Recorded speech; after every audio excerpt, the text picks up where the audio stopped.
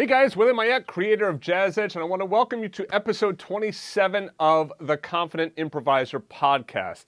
Today we're going to be talking about why we use target notes, and I'm going to show you why target notes will make your improvisation sound better. So remember, this podcast is designed as a companion podcast for the Confident Improviser program, which is part of JAZZEDGE Core. You could find more information back at jazzedge.com.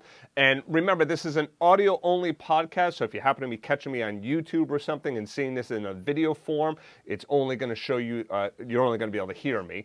All right, but if you want to get the video and you want to get the sheet music, all of that is available for JAZZEDGE members. All right, so why do we use target notes? So first of all, the first question is, what is a target note? And a target note are notes that help to define the chord, and they're usually going to be notes from the chord like the third and the seventh, or the root and the fifth, so usually part of that chord. Now, why do we want to define the notes of the chord? Well, remember that songs are, melodies are built on top of chords, right? So if I have,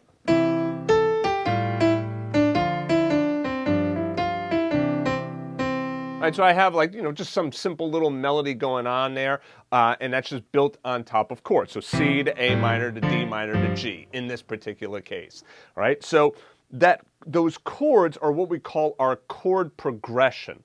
And when we're going to improvise over a chord progression, right, which is literally just a progression of chords moving from one chord to the next, but when we're going to improvise over that chord progression, we want to make sure that we hear the chords, because if we don't, then our improvisation sounds very floaty, right? So let me show you an example, and it might be easier for you to hear it. So here is an example just going from D minor 7 to G7 to C, and all I'm doing in the left hand is very simple shells, root third for the D minor, so D and F, G and F in the left hand, that's root 7 chord shell, and then a C and E chord shell, which is a root and third. Now listen to the improvisation.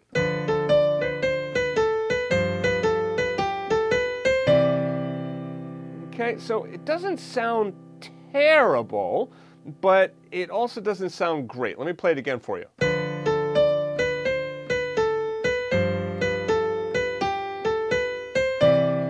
Now let me play it without the chords in the left hand.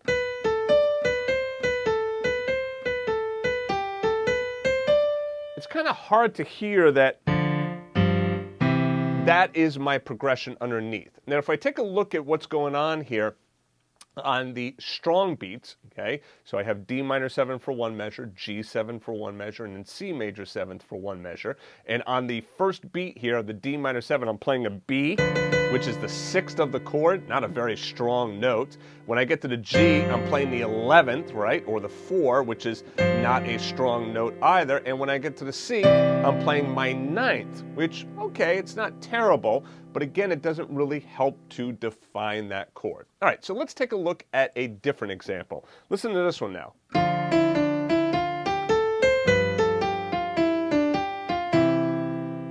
Okay. Now let me play it without the chords.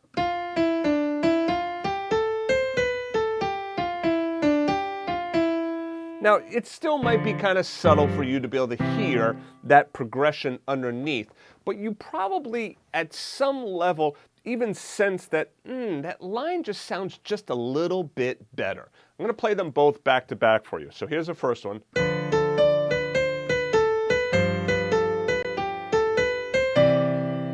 And here's the next one.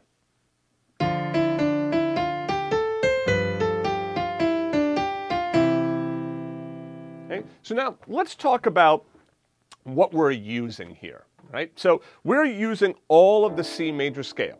Why? Well, this is a 2-5-1 progression, and typically on a 2-5-1 progression, we could use the major scale over all three chords. And again, if I take my C major scale and I put it starting on D, well, that's my D Dorian scale. If I play it starting on G, well, that's my G Mixolydian scale. And if I play it starting on C, that's my C major scale, or what we would call our C Ionian scale. All right? So we know that on a minor chord, we could use the Dorian. On a dominant chord, we can use a Mixolydian, and on the major chord, the one chord, we can use our Ionian or major scale. We've heard all of that before, right? And I've even said to you, hey, here you go. You can use the major scale to improvise over a 2-5-1 progression. But when we're just thinking about the raw materials, just simply saying, hey, look, you can use the major scale to improvise over a 2-5-1. All right, now that's a really good piece of information there, but we're still missing a lot of information. Let me give you a for instance.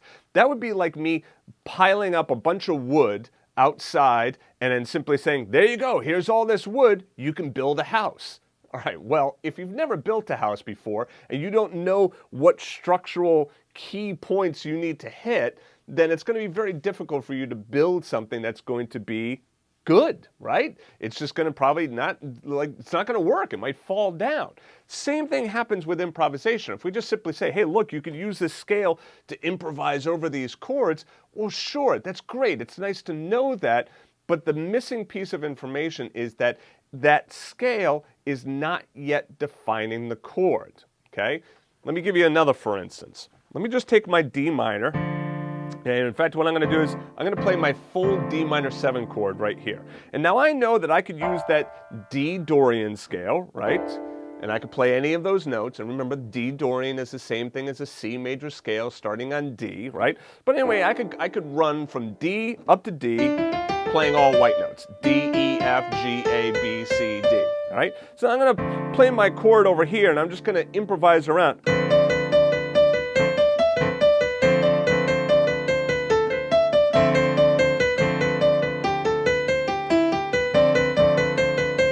Does that sound good? No, it really doesn't sound good.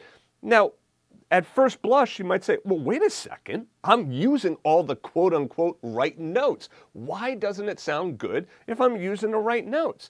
And the reason that it doesn't sound good is because you're not targeting the key notes from the chord. Listen now when I play this.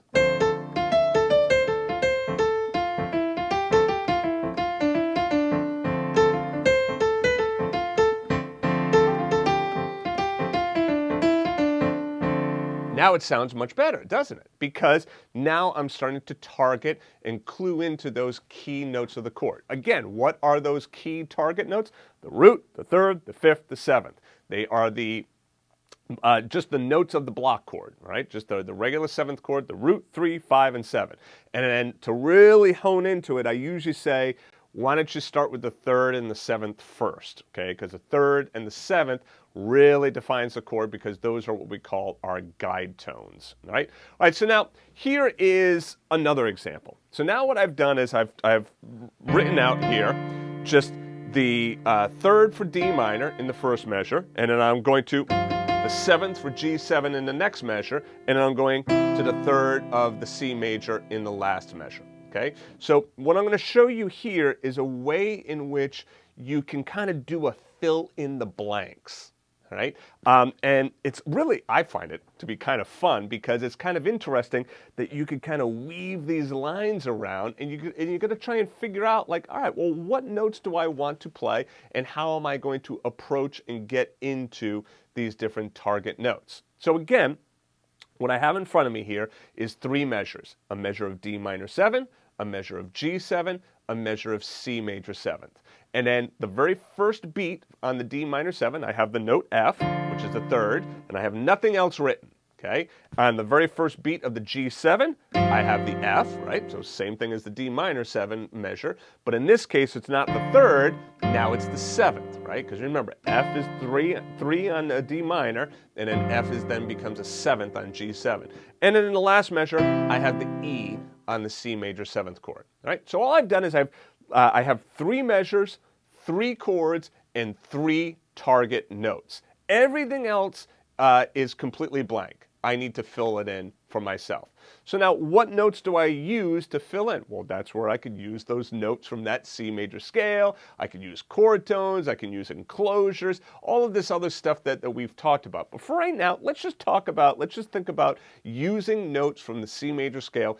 And rhythmically, we're going to keep the same rhythm, just all 8th notes in the D minor measure, all eighth notes in the G7 measure, and then a whole note once you get to the C major measure. All right, so now this is what I came up with. Take a listen.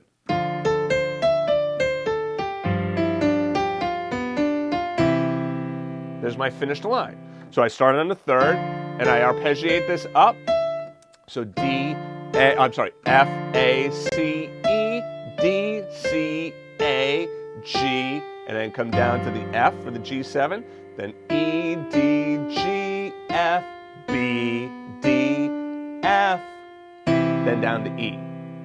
Okay. Now, for those of you who have been following my lessons, the podcast, we've talked about enclosures. You can kind of see that enclosure right here at the very end of the G7. I go from D to F, then to E, right? So the D is a whole step below the target, F is a half step above the target, and then resolving to the target note, which is E. Now, if you'd like to try more of this, write this out on your own, okay? Just put out 3 measures, D minor 7, G7, C major 7, pick a target for each one of those chords, and then fill in the line from there.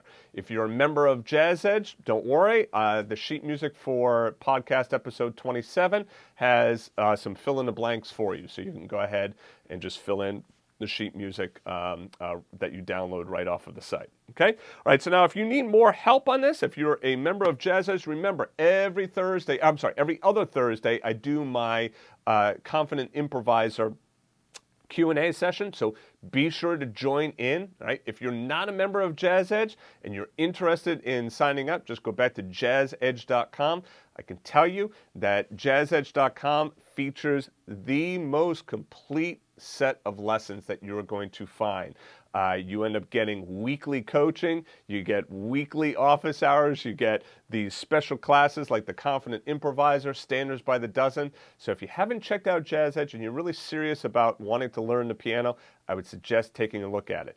Don't get scared off by the name jazz. Yes, it is very much jazz and blues heavy, but we also have a lot of lessons in funk, Latin, rock, classical, and many other styles. Right? So anyway, that's it for me. Thanks, guys, and I will see you in the next episode.